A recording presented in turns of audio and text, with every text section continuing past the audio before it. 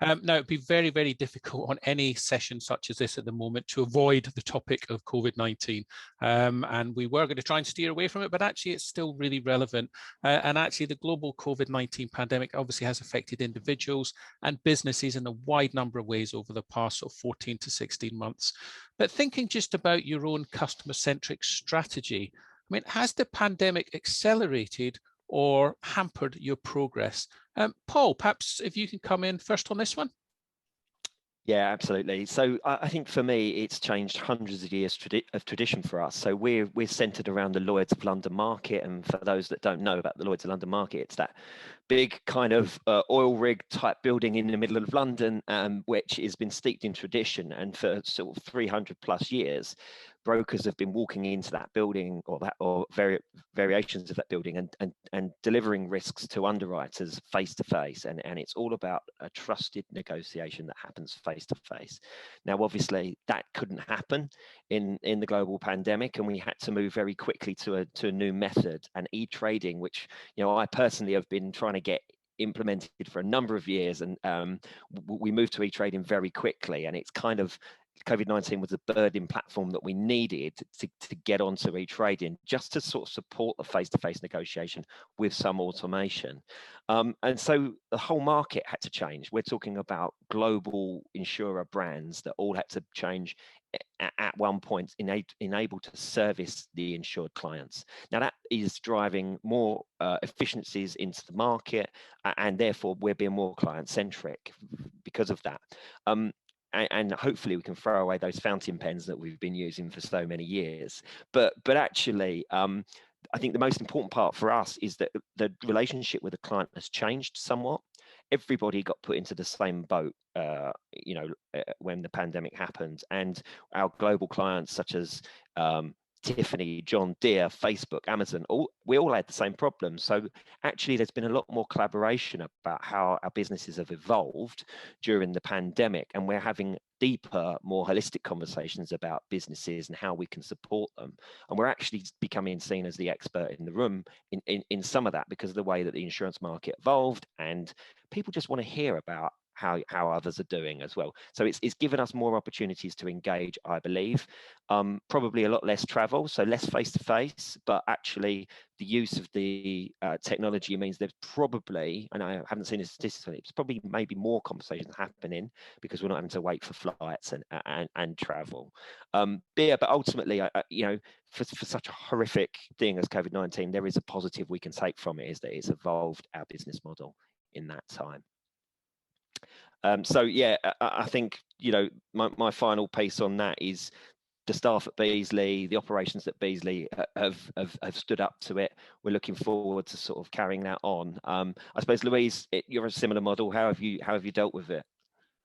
I think it's really interesting, Paul, because I think imagine when you were considering the panel, you maybe thought, UCAS, Beazley, very different. It's so funny. Everything Paul's saying is just ringing true with me.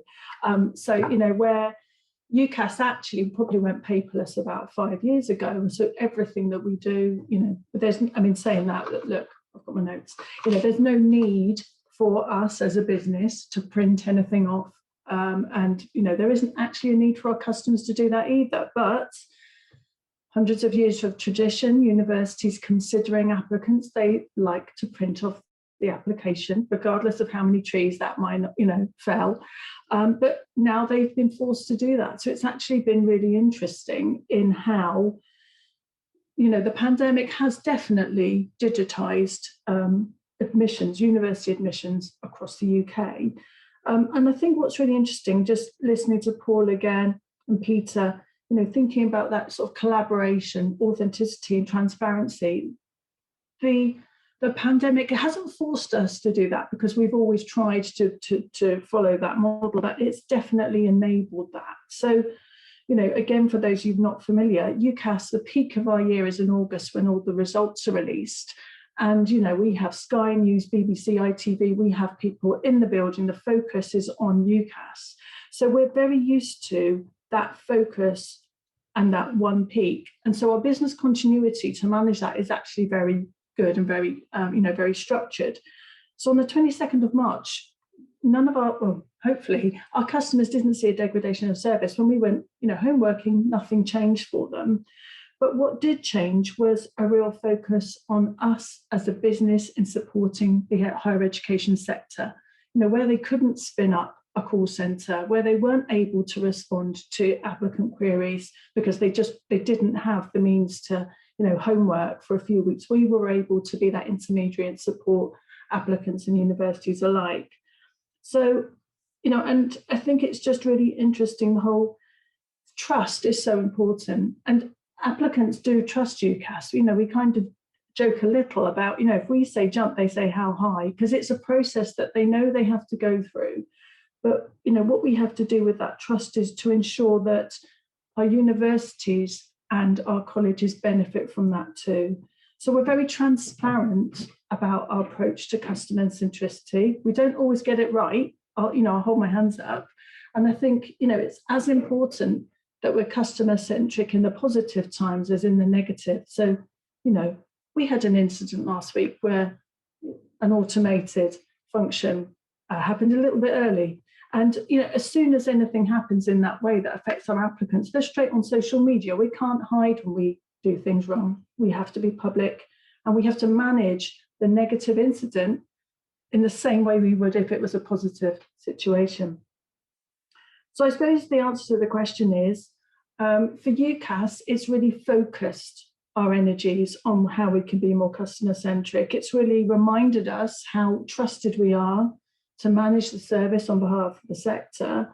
But I think the main thing really, and I think it has been fantastic, Paul's alluded to it, is where we've got those dinosaur customers who have always been so resistant to digitisation and change.